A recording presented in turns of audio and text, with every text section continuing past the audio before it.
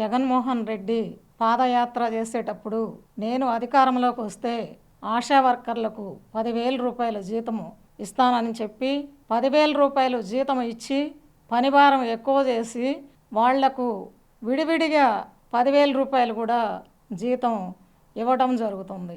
అన్నీ ఒకసారి ఇవ్వచ్చు కదా జగన్మోహన్ రెడ్డి గారు.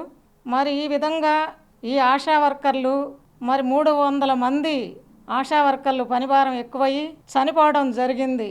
వారిలో జగనన్న సురక్ష పథకం కింద ఒక కృపమ్మ అనేటువంటి మహిళ చనిపోవడం జరిగింది. లోకేష్ బాబు గారు తెలుగుదేశం పార్టీ 2 లక్షల రూపాయలు సహాయం చేయటం జరిగింది కృపమ్మకు.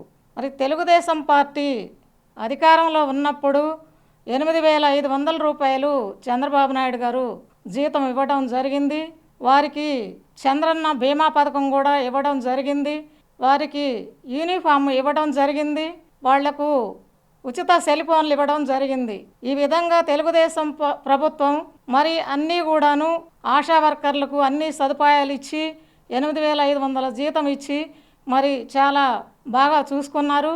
మళ్ళీ అధికారంలోకి చంద్రబాబు నాయుడు గారు వస్తే ఏ వర్గమైనా బాగుంటుంది.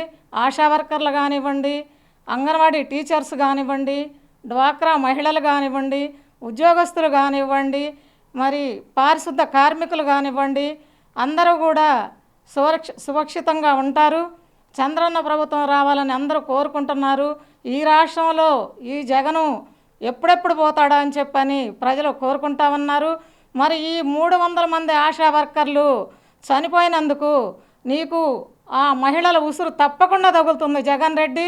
ఈ విధంగా ఎంతమందిని మోసం చేస్తావు, ఎంతమందిని ఉసురు పోసుకుంటావు, నువ్వు ఎప్పుడెప్పుడు దిగిపోతావు అని చెప్పి రాష్ట్ర ప్రజలు ఆకాంక్షిస్తూ ఉన్నారు. చీ కొడతా ఉన్నారు. నువ్వు ఎంత తొందరగా దిగిపోతే అంత తొందరగా ఈ రాష్ట్రం బాగుపడుతుంది.